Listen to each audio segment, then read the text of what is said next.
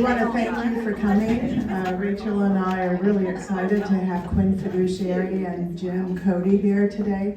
They're going to speak about the legal affairs of our lives and get your legal affairs in order. Rachel and I sponsor these every month, and the next 2 months are coming, and we'll have November is how not to have the stress of the holidays, and December is joy. Let's have some fun. So we're going to do that. So Rachel is going to introduce our guests. We just want to make sure your phones are off. And if anybody wants to get coffee, now would be a good time. And so we're ready to roll. Thank you. Good morning. If you need to use the restroom, just want to let you know, you go out this door, make a right and a right and a right, and then you'll find it around the corner. You need this one. Okay, there we go, much better.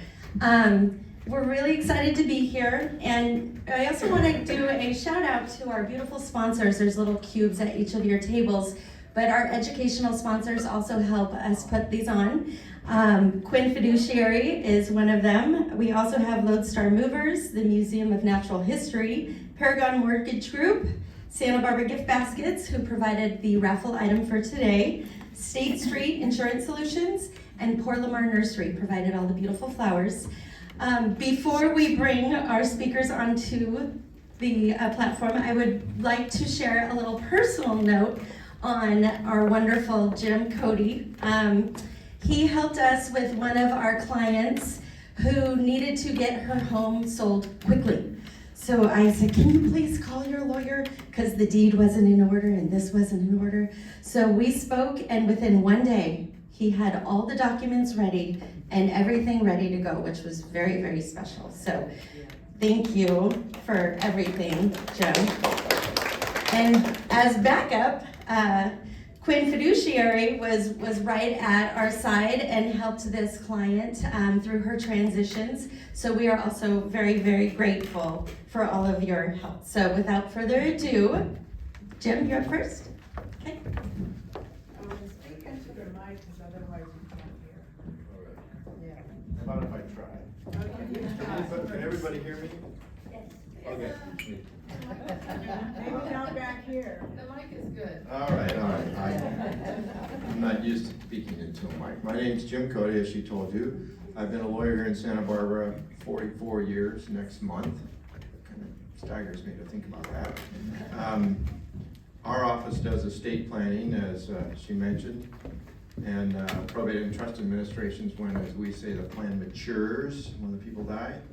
We have 3 lawyers, myself, my son Connor, who passed the bar 9 years ago on the first time. I'm still really happy to say that.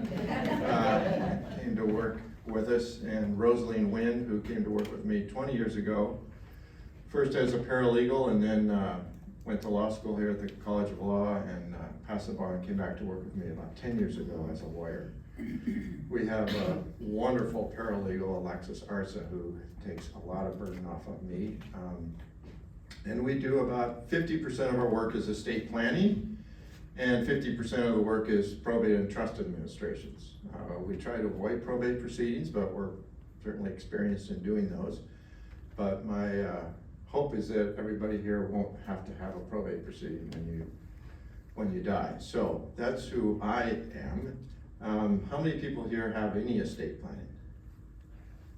Okay, good. At the risk of boring you who already have some, let me start at the beginning for those of you who don't have any.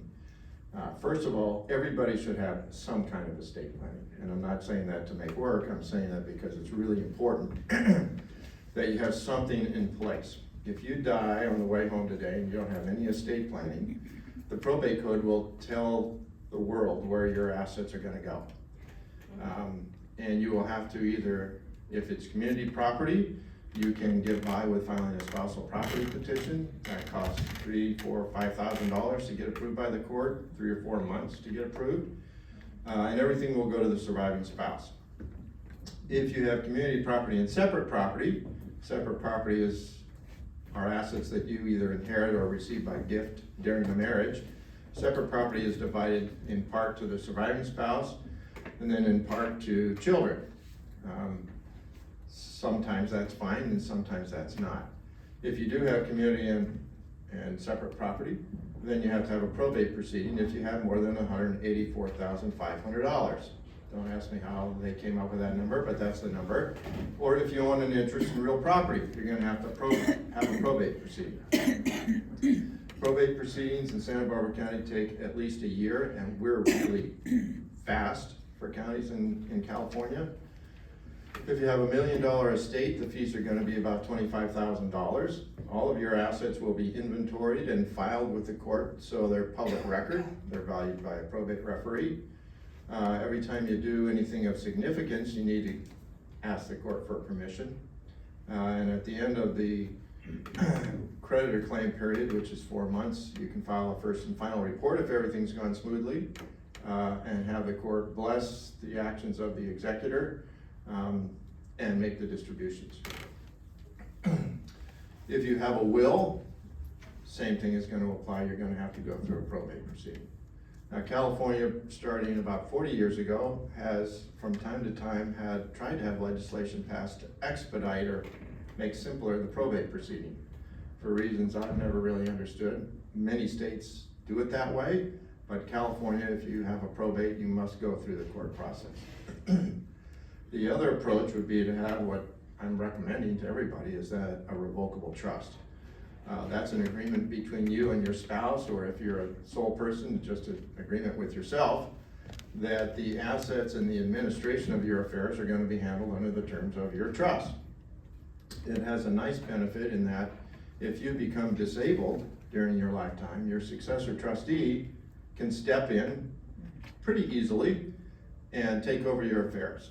Access your bank accounts, lease out your residence if you need to move somewhere or whatever. It's a fairly streamlined process, and it avoids a guardianship proceeding or a conservatorship proceeding. Sorry, guardianship is for minors.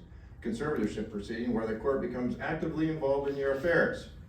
Your conservator has to report every year with what's going on, and it's a very expensive and frankly, I think a pretty intrusive proceeding, although Judge Stern here does a really good job of overseeing and keeping the best interests of conservatives in mind, but it's much easier if you have a trust in place. And after you die, the trustee, successor trustee, can also step in easily enough and take control of your assets, make sure all your bills are paid, creditors are paid, taxes are paid, and then distributions made according to the terms of your trust. You can change the terms of your trust. We often have clients come in.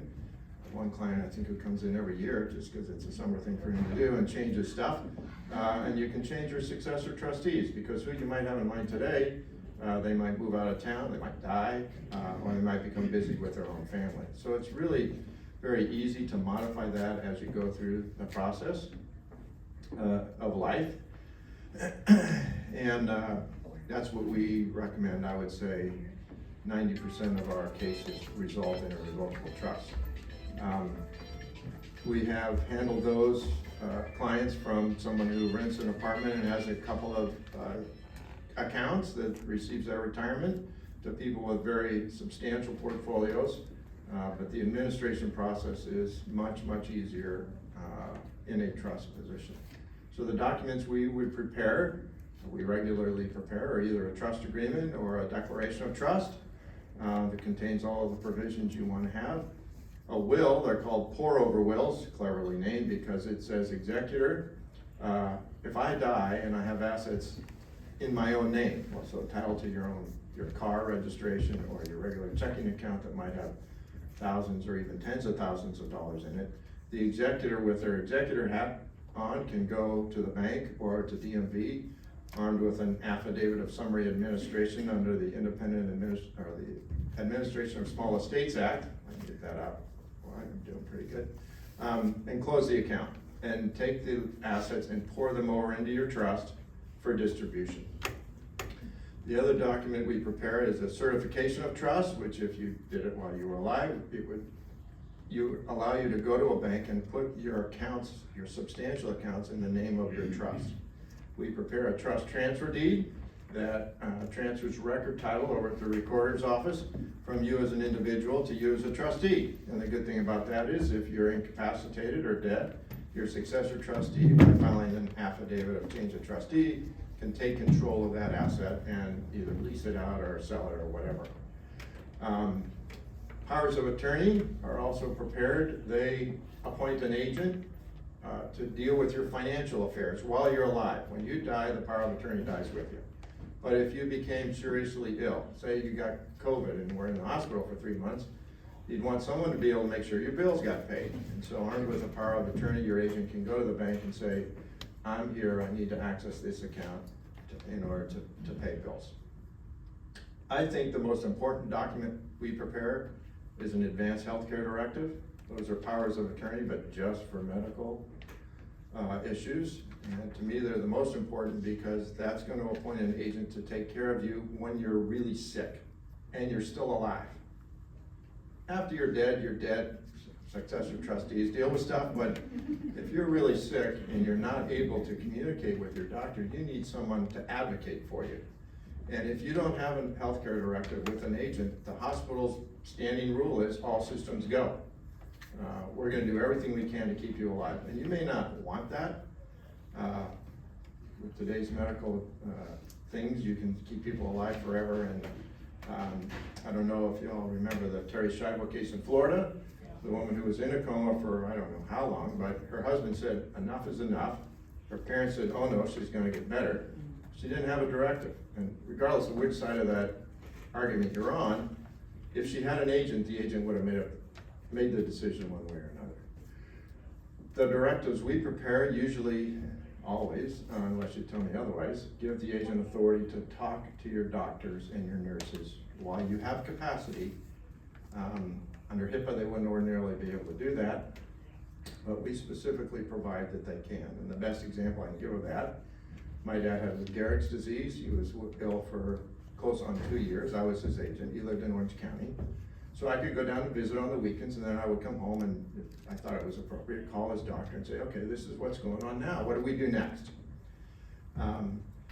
He never reached the point where he was incapacitated and couldn't make medical decisions, but those issues do come up where you need someone while you're lying in the hospital room unable to communicate. Let's say you've been in a car accident, to say, yes, we're gonna go down this path, or no, we're not doing it. We're gonna go down this way. So those are the packet of documents we generally prepare. The tax rules have changed, it seems like, well, with every change of administration in Washington, they're a little bit different. Plans used to be focused a great deal on what to do on the death of the first spouse. How to save taxes on the death of the second spouse by planning at the death of the first spouse. So if you die and give everything to your surviving spouse, it's 100% deduction. There's no tax involved. And that dates back to the early 70s when the credit was about $100,000, and there are real stories of widows having to sell their house to pay their husband's estate taxes. It's pretty bad optics for Congress, so they came up with a marital deduction, and it's infinite. So I can answer questions and details of what kind of planning would be appropriate for each person, but I want to keep this introduction short and hand it over to the fiduciaries. Let's give Jim a round of applause. Thank you so much. And a quick little intro for Tamara. She also was a big help with the client that we had, and really just held her hand through the whole process of, moving from her home and getting her into assisted care. So without further ado, Tamara.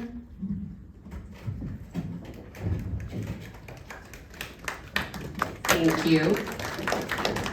I am actually presenting with my colleague Shannon Dalton, because as we work, we feel like we do better when there's 2 of us or 3 of us working on a case, so we're going to give you both of our expertise this morning. And we have a handout, so we're going to kind of use that as a guide. We'll try not to repeat what's on the handout, but the kind of structure is actually what my mom said when I said I'm getting my fiduciary license, and pretty much what everyone says.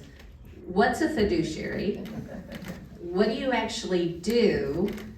Why would I need one? So that's kind of what we're going to talk about. And what is a fiduciary? You're hearing it more and more often. It is the term fiduciary, small f fiduciary, means that you have a responsibility to put your client's interests first. So you'll hear it with financial advisors, the legal profession, the real estate profession.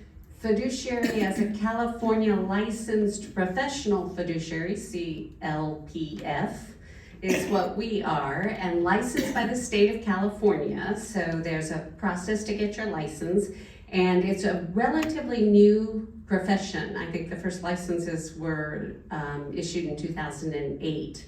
And we provide, fiduciaries provide critical services, and it includes, it can include services to seniors, persons with disabilities, children, financial management, trust administration, estate and investment management, daily care, managing daily care, housing and or medical needs. So it's a spectrum of things that we can provide, and I would be remiss if I didn't say fiduciary.ca.gov or just Google professional fiduciary. The state of California runs that website. They're responsible for our licensing, and there you can look up a fiduciary and see, you know, how many resources, what the number of client resources they manage of clients, if they've had any bankruptcy, if they've ever resigned, etc. So it's a resource to check on that.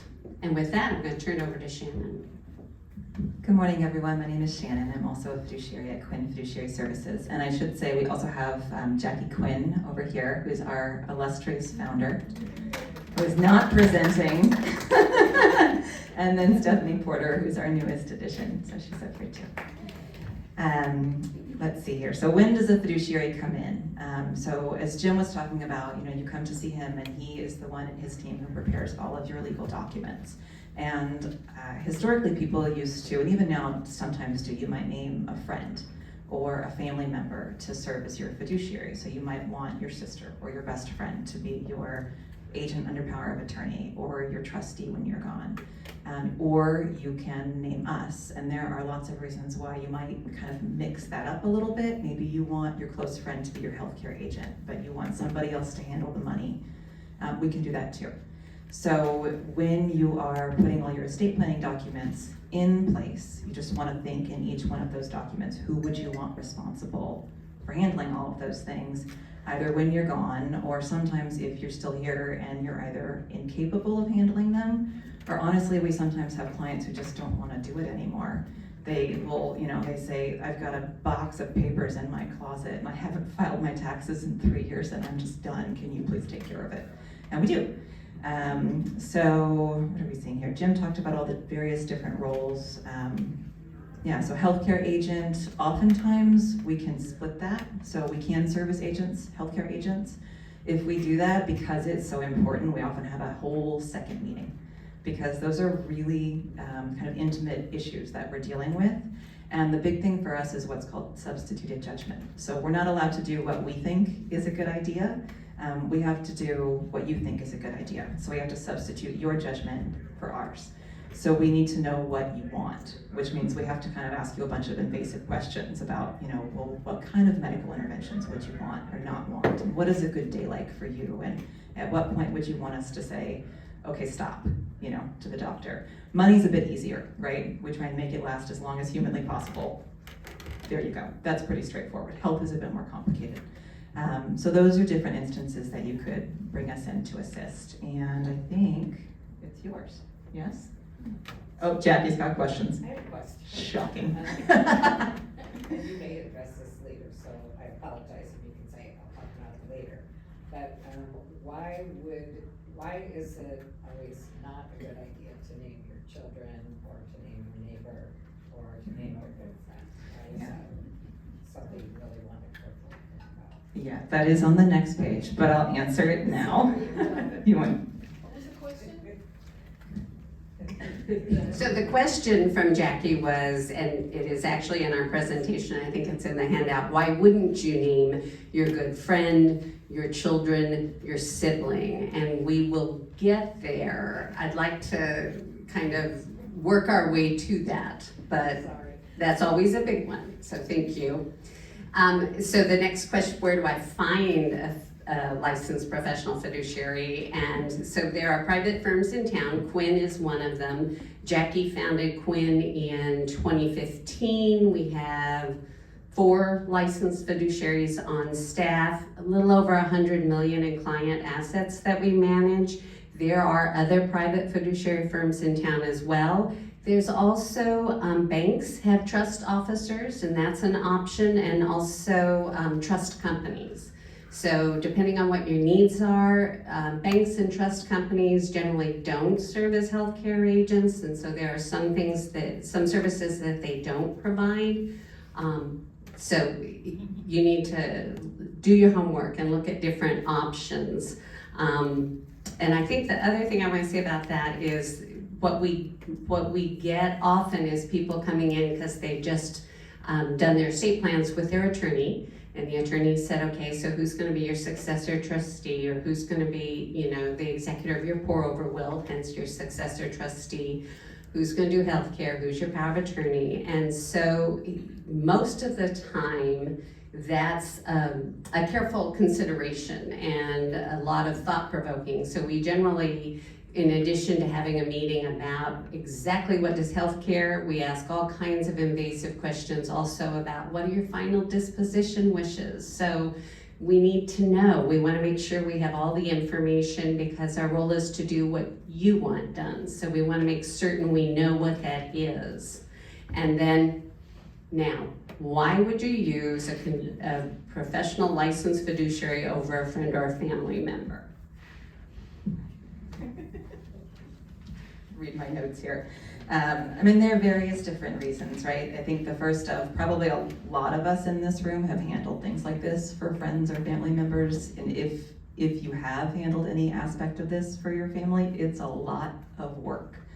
And it can get really complicated. Like Jim was saying, there's taxes to worry about, and how do you invest the money, and how do you make all these decisions all at once? It's kind of like we're kind of jumping into the person's shoes, and now we're responsible for everything, along with that person being responsible for their own affairs. So it can be a burden. People will sometimes come in and say, I just don't want to burden my family with this. The other reason, oftentimes people will want to name their contemporaries, and the unfortunate fact about that is that you're all the same age, we're all the same age, maybe we're all starting to kind of fall apart at the same rate at that point in time. So maybe the person you've named, by the time you need them, is not available, or is not maybe having the capacity to handle those things. Sometimes people will just say, you know what, my kids are not good with money, or the people I know in my life are not good with money, so I don't want them handling these things because they're gonna mess it up. And then for healthcare, the other thing we often see is that people can't trust their closest family members or friends to basically make the decision they want them to, which is tough. But let's say I don't want any intervention. I just want you to pull the plug, end of story. And I'm asking my best friend to do that. She's not gonna be able to. She's like, well, give her a little more intervention. That's not what I want, right? So it's not like we don't get attached to our clients, but it's a professional responsibility. We have to do what you want. So that's another reason people might name us to make those decisions.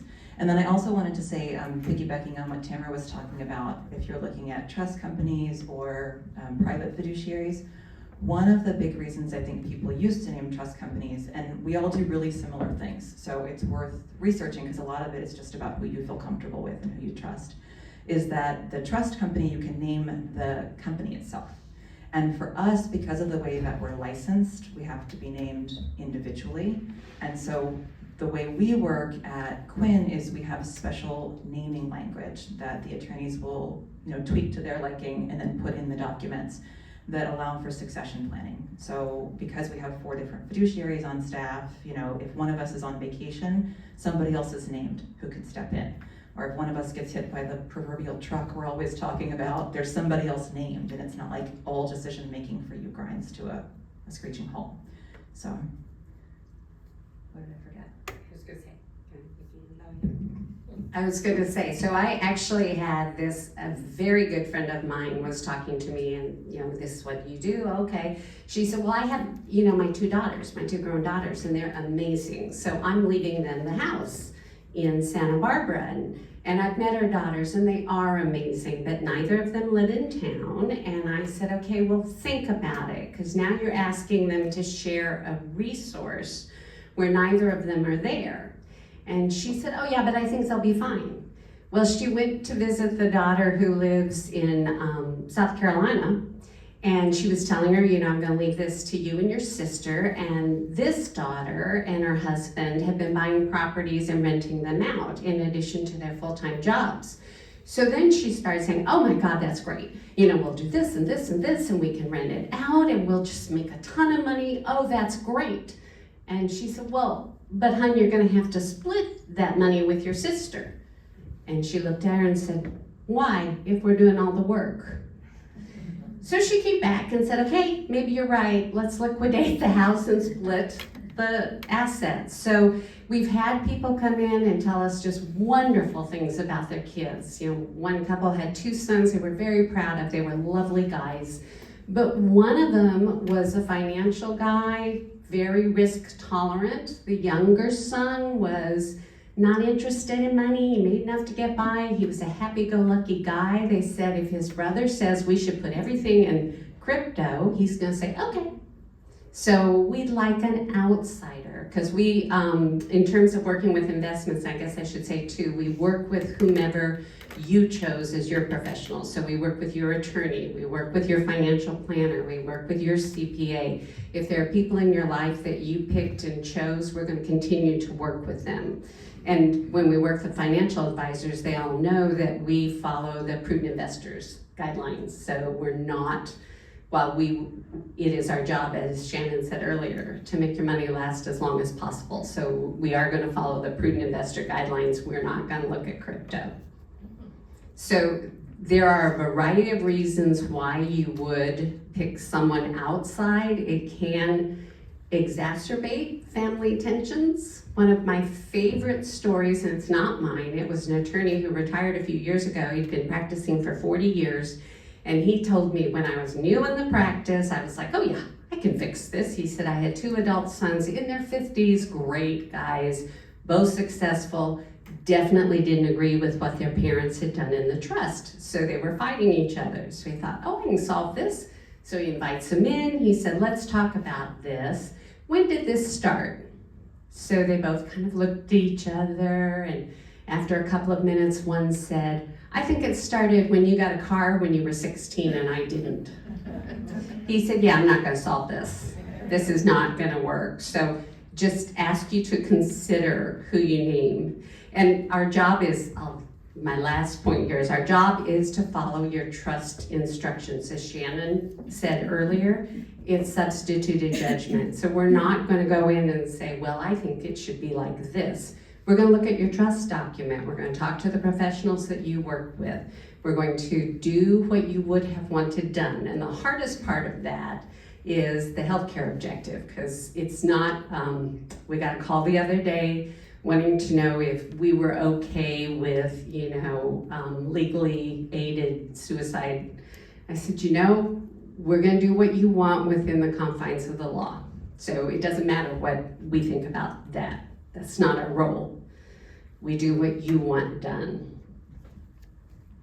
Thank you. Did you have a question back there? I had a comment as a baby boomer, what I've seen all my friends go through. So my best friend was sued by her brother because she was named executor, and he sued that she didn't distribute quickly enough. So they both wasted a lot of money on attorneys. Another friend is still going, is the executor. Her brother is angry that the parents have named her. He's questioning everything. He has the estate attorney terrorized. So they're documenting everything. and going through, and then, I mean, they've all had problems. Another one was named executor and had actually lived with her mother and taken care of her 20 years, so the mother named her a little bit higher percentage in the trust. The sister was so angry that the sister who had rented the condo to them at under market rate went and back charged her for all of the rent.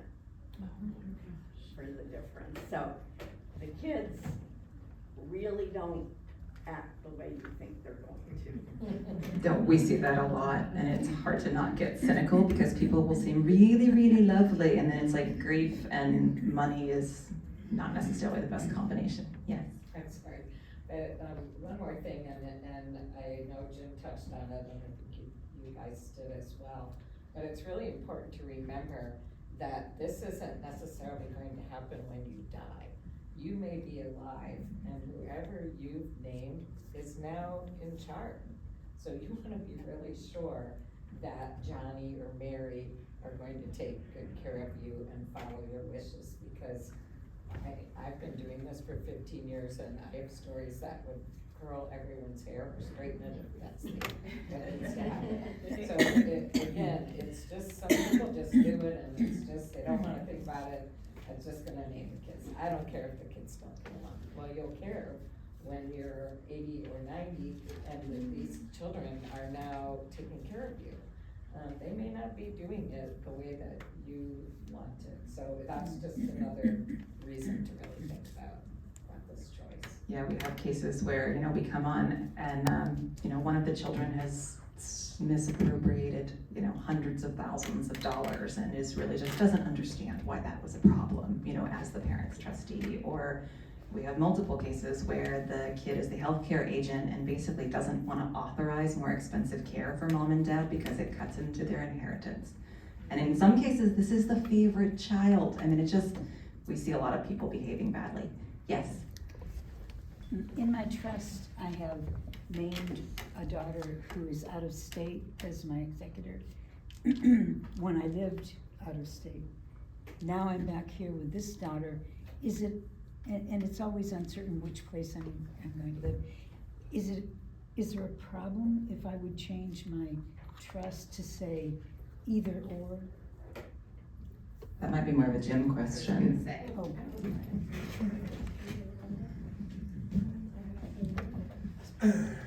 We generally in the trust name successor trustees in order.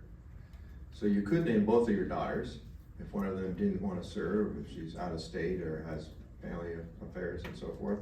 She can simply decline and the other one could step in. It's problematic to have two people serve because every time they do something, they all have to get together and you have to sign documents together or come to the hospital together or whatever. So in your instance, and I'm not trying to drum up business for professional fiduciaries, but I've been doing this for over 20 years and I'm increasingly in favor of having someone other than a family member involved. It's a lot of work. And if you were dead, they're grieving. And sometimes that takes a long time to get by. It certainly did for me when my father died. And having someone whose job it is every day to come in and get things done, serve in that capacity is really, really helpful. So I hope that answers your question. I'm not sure who this question is for. So what is the difference between a fiduciary, a trustee, or an executor? That's a good question. So fiduciary is kind of the umbrella term, and then all of those other roles are underneath. So if we're serving as a trustee, that is a type of fiduciary. If we're serving as your agent for healthcare or finance, that's a type of fiduciary.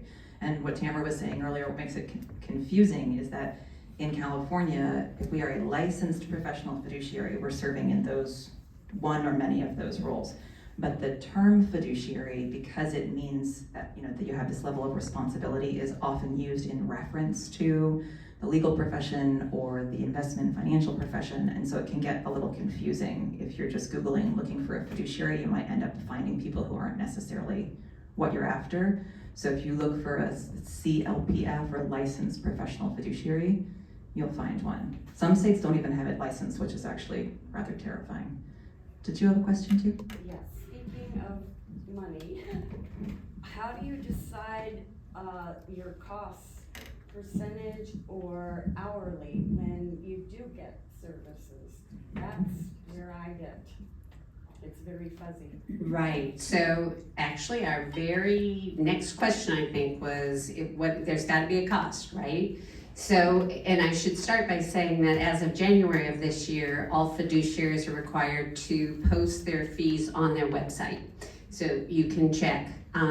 What we do is that if it's current services, so for example, I think Shannon was saying earlier, some of our clients come to us and they say, you know what, I don't want it anymore. I don't want to gather the taxes. I don't want to look at my statements. I want you to come once a quarter or once a month with a one-pager and tell me where my assets are and get my CPA what he or she needs. Those are current services, so those are billed on an hourly basis, and we have kind of a variety of levels. We try to use the most cost-effective level of expertise. So if it's bill paying, we have a daily money manager. So we charge at the daily money manager rate to make sure all the bills are paid and the statements are reconciled, etc. If after you pass away, when it's post-death administration, it's a percentage. And it's a percentage based on, I think it's 1% up to 2 million and then 0.8% from 2 to 4 million or something. And it's relatively standard across the board. And then when a lot of people, we have, and I don't know, we came up with it, I'm not sure the clients love it, our term is shelf client. So a lot of people come to us in their 60s or 70s, they're clearly gonna be around for a long time, they've just been with their attorney and they've finished all their documents, they wanna name us, we get all of the information we can, we have a voluminous 15-page questionnaire because we want to know as much as possible so we're ready to hit the ground running. That's an initial setup fee, and then we put you on the shelf and assume that we won't see you for 20 or 30 years. We do check in periodically, we ask you to check in, we want to make sure that if you're making big changes, we know what those are. So keep us in mind and we'll just stay in touch, but that's the beginning of a very long relationship. And so that's just the initial setup. And then, we meet with people all the time as an interview and there's no charge for that. So you come in and say, exactly what does a fiduciary do and what would it cost and what do you think about this? So we do those kind of, for lack of a better word, interviews on a regular basis as well. Yes. So another friend of mine is currently serving as successor trustee and had an enormous problem with Vanguard, wherein they opened the estate account under the wrong tax ID. They're making her jump through hurdles. They're not correcting the tax ID for months. Do you do the paperwork with the financial companies? There's so much paperwork. Yeah. There's so much paperwork. It's all of that stuff. So if you think about every single account that you've got, if we're doing post-death administration, we have to reach out to every single bank, every single financial institution. Or if you're alive and we're handling, it's the same thing. And you would think that they would say, oh, you went to the trouble to meet with your attorney and develop these documents. Yes, perfect, fine. No. They like to have us fill out their own forms for each of their own companies, and they're all different. And so it's like we're just running around jumping through different sets of paperwork hoops, but that's what you have to do. All part of the fee. Absolutely, yeah. Yes. In your experience, have many parents sat down with their kids and discussed the executor's situation or relationship, or how do you feel if we name this one? Does that happen very much? It does happen. I don't know how much, and I feel like maybe we're a poor statistical sample for answering that question because a lot of the people who come to us have already decided they're not going to name their family members. So those people are maybe not as inclined to have talked to the kids. Like I know my family, my mom's done that. She sat us all down, everybody knows where everything is, everybody knows it's equal, no fighting, or she'll come back and haunt us, you know, that kind of a stuff. Right. But I don't know, do you see that a lot, Jim? I can tell you surprisingly, maybe half. Oh, A lot of okay. people don't talk to their kids about their finances and about their end-of-life care issues. My parents talked to me a lot about it, so I knew when my mother was dying of cancer exactly what she wanted and didn't want. I've talked to my kids about it, obviously with my son because he works with me. But I think that's important. I know there's a lot of family dynamics why people don't do that, but, and especially your healthcare agent. I have a client a few years ago who had named a friend as their agent, and so she got a call one day that said, June's been in a car accident, and guess what, you're her healthcare agent, and we need you to come to the hospital today.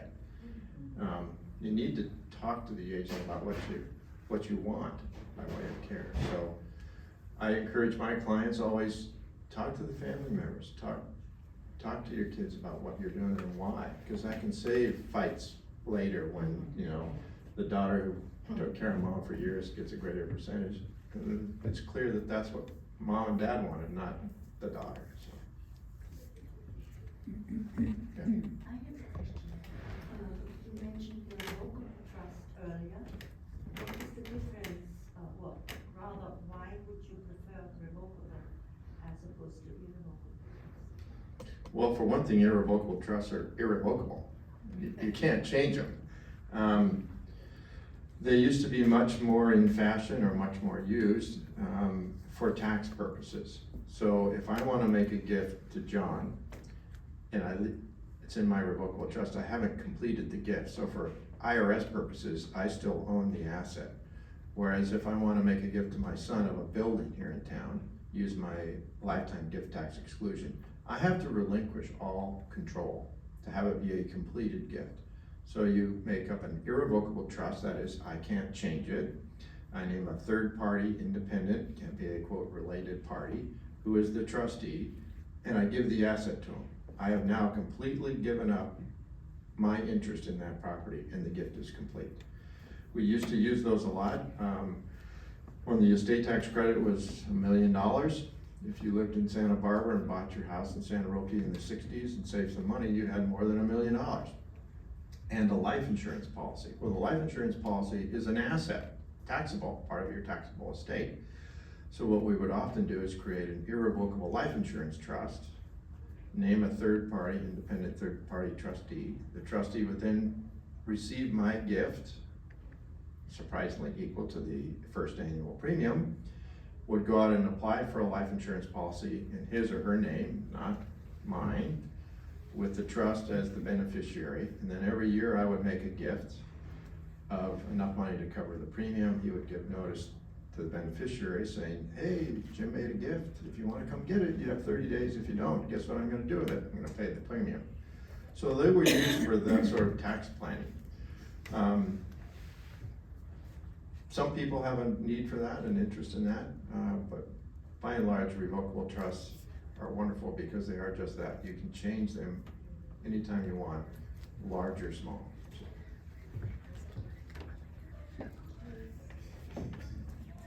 I just want to add on to this, talking to your family. I would be a huge advocate of talking to your family. I think that if they don't know what your plans are, that surprise factor on top of the grief, I think adds to the problem. It also, if they know, it's a done deal, and particularly if you're doing it when you are strong and vital and you say, you know, we've looked at everything, this is what we want to do. I would just say it's infinitely easier. We did have shelf clients. We had a couple come in and it was a blended family, but they had kind of worked out in their minds what they wanted to do, and they sat all the kids down and told them. And actually one of the children's spouses said, well, that's not fair. That's when they came to us and said, yeah, it's not gonna work. So we're gonna tell them that, you know, we have someone who is obligated to do exactly what we want. So it also stops them from feeling slighted or arguing among themselves. So I'm a big advocate. My family did. You know, my father was an engineer, so everything got written down and disseminated to all of us.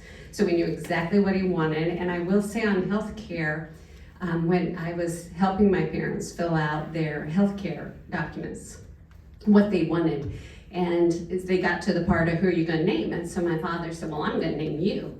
And my mom looked at him for a minute and she said, okay, I'm not gonna name you, I'm gonna name Tam.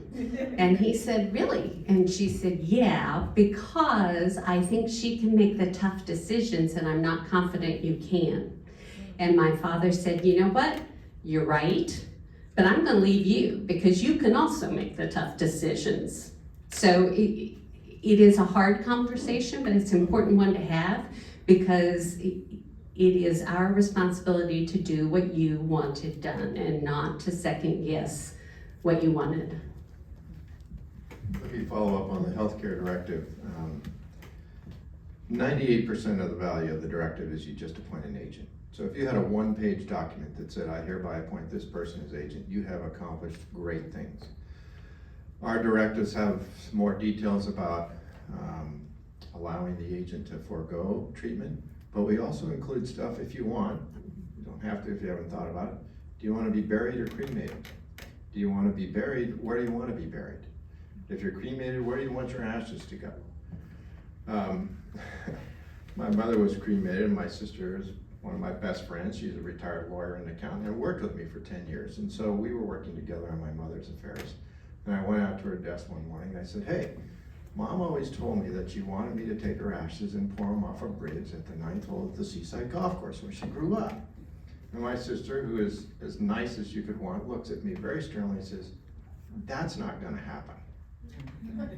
So what's wrong? She goes, our mother is not gonna pay for you to go on another golf trip. I'm gonna take the ashes myself. So, buried or cremated, do you wanna donate organs? A lot of people don't, some people do, but it's helpful to the agent to know that you put on the directive, if you can do that, do that. Do you have any particular services that you'd like? Religious services or a celebration of life? My father-in-law died, very religious man, and we're sitting around the next day with all the kids around, and I said, fool that I was, I said, so what did Emmett want?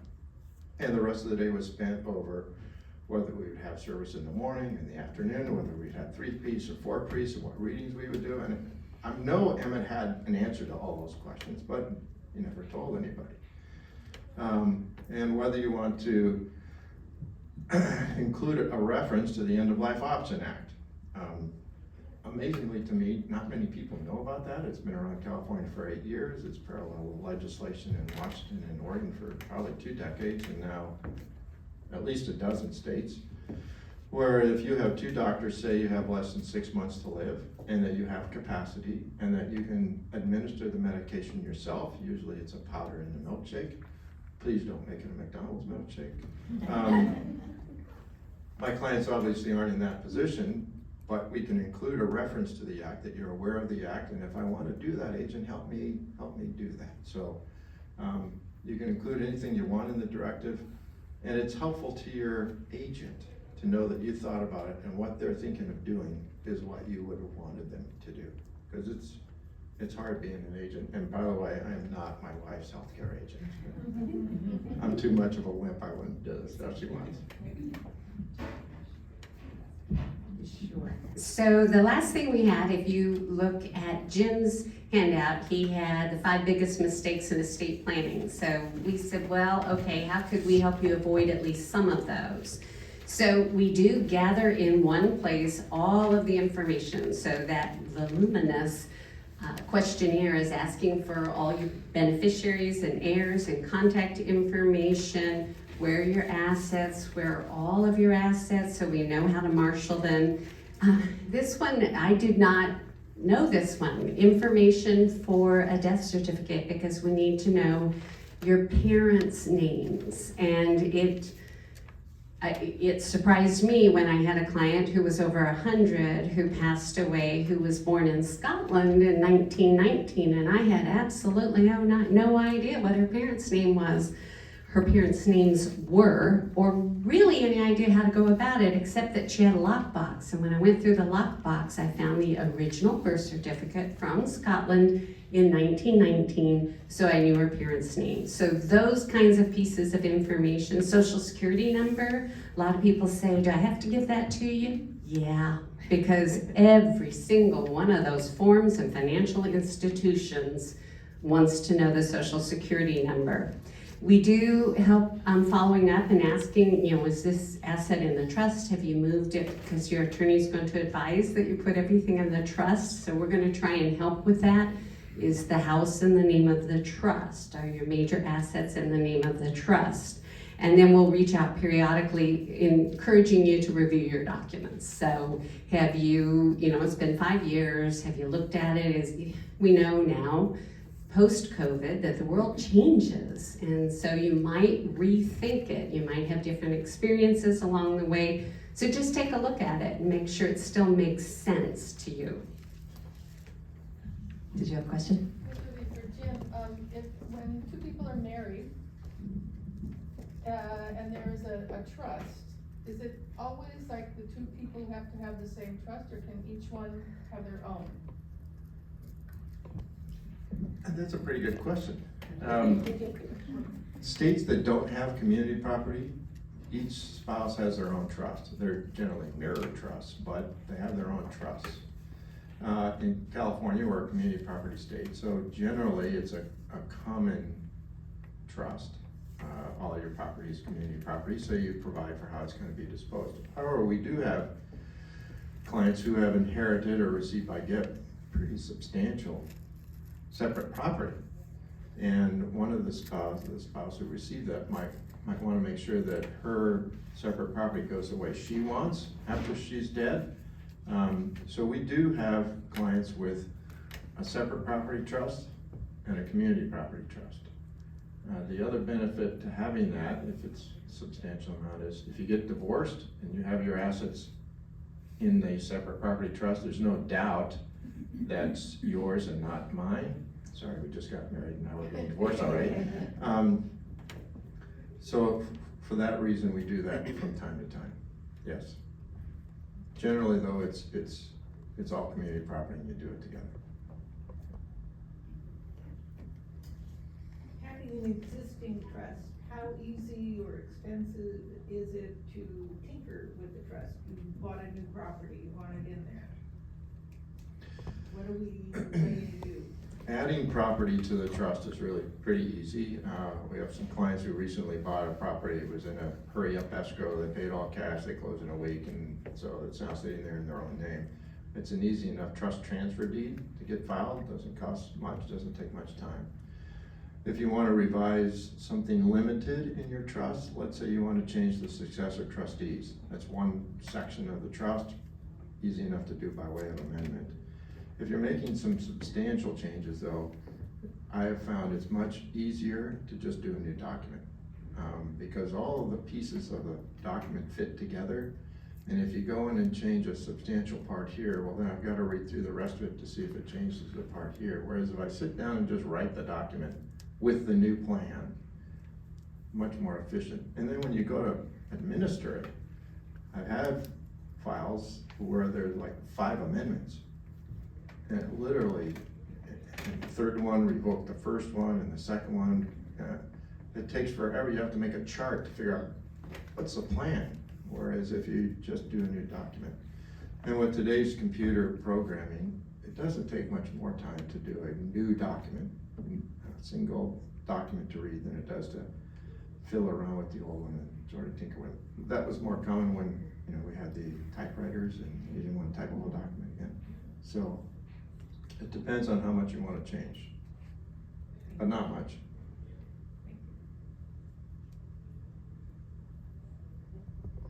Sorry. Nope. Yes, Jackie. So you can tell I'm used to presenting and I'm not used to sitting.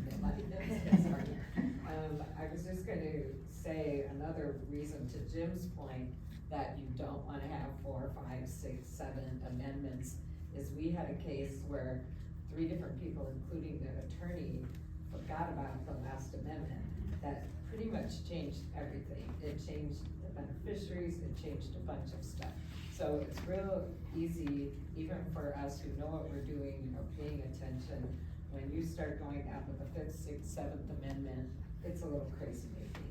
And so to Jim's point, and especially because of computers today, as a former paralegal who used to have to type these documents, the restatement is a wonderful way to go. And then there's no danger of having a loose amendment floating around that somebody forgot about, that really changes your wishes. Yeah, and that's our instruction manual, right? So the clearer it is for us to read, and if it's all in one place, than having to go back and reference 16 different versions, which we have versions like that, but it's easier. And then I would also just say, too, about putting the assets in the trust, that's so important. We have so many people who get to the first stage, which is setting up all their estate planning documents, and then wander off and don't put everything in the trust. That's how I started doing this work, is for my family. My grandparents had a trust, an A-B trust, which is a little bit more old-fashioned now. So, you know, she picked a trustee and he picked a trustee, and I foolishly said, sure, I'll do that, having no idea what I was agreeing to. And it was a mess. It took me years, until almost when she passed away, to get it fixed, because they had not put most things in the trust. They had property in multiple different states. There was another individual in the family who was misappropriating things, and it was a disaster. And just to get it back how they thought it was, you know, how they wanted it in the first place. And if they had just taken a couple days and filed some paperwork while they were alive, it would have been done. So I think behind you, she had a question first, and then, yeah. Oh, I'm Jim. On the separate trust issue, what about second or third marriages where they're coming in with separate trusts? Do you usually just maintain those because adult children on both sides? Or? Yes, if it's a second marriage in your 50s, 60s, or 70s, you each have your separate trusts already in place. There's substantial assets, I'm gonna guess, in each one. We generally recommend you leave it that way. Sometimes second marriages, they've been around for 15, 20 years, and as far as I'm concerned, it's all one for all and all for one. But if they have them in place, as you've described, we often just leave them like that. Make the spouse maybe a beneficiary during their lifetime, but leave it separate. Can you speak to the difference of the pour over versus putting all of your assets into the trust? The pour over will is sort of belts and suspenders, because it allows the executor to go get assets in your own name. Like I said, your car. We do have clients that have really expensive collector cars, but your car is usually worth $5, $10, maybe $20,000. Just put it in your own name, and your regular bank account might have $10,000. But the executor can go get those, liquidate them, and then pour them into the trust to be distributed with everything else. And people forget things too, and some assets aren't necessarily best titled in the trust, like individual retirement accounts, for example. You can't usually title those in the name of the trust. They've got to be in your individual name. So if you forgot to put a beneficiary on it, now you passed away and there's no paperwork, then that goes to probate. So, but if you've got the paperwork in place, then usually we can work with the place and get it at least poured into the trust, and then it goes to whoever you wanted it to, instead of maybe the far-flung relatives you were trying to keep your money from, you know? And then there was one more I was question. gonna say, and this is our I got the high sign, this is our last question. Yes. Hi, one of the things that I learned by helping a person's estate that was 100 years old is the obituary. Mm-hmm. With all the other things that you have to do when a death. So I now have a death file, and my obituary is in there, everything that I think a person that was trying to settle it for the funeral and everything, it's all in that file.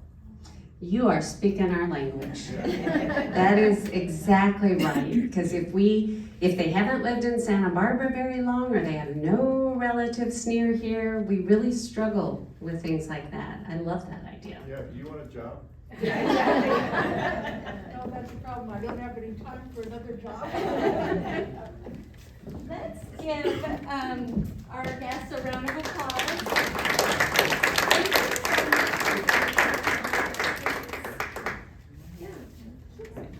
Okay, yeah. Okay. Who wants to draw? Yes, so please take out your raffle ticket. Everybody, I assume, got one. Okay. Shannon, I'll let you read the number. Oh, God, no, I can't see anything with my eyeball. 2946539. 2946539. Woo! So the gift basket is from Santa Barbara Gift Baskets, and there are also some tickets in there to go to the Santa Barbara Natural History Museum. So yes, thank you for that. I would like to invite all of you, there's a flyer in your packet for the Walk to End Alzheimer's. If you would like to join our team, awesome. Or on the 14th, if you decide you want to go for a walk down in the harbor and be a part of it, you can just show up. You don't have to sign up. My sweet husband was here to help us today. His birthday is the 24th of this month. So whoever has a birthday at each table, the closest to the 24th of October, please take the roses that are from our wonderful educational sponsor, Poor Lamar Nursery. So Nancy and I thank you all for coming.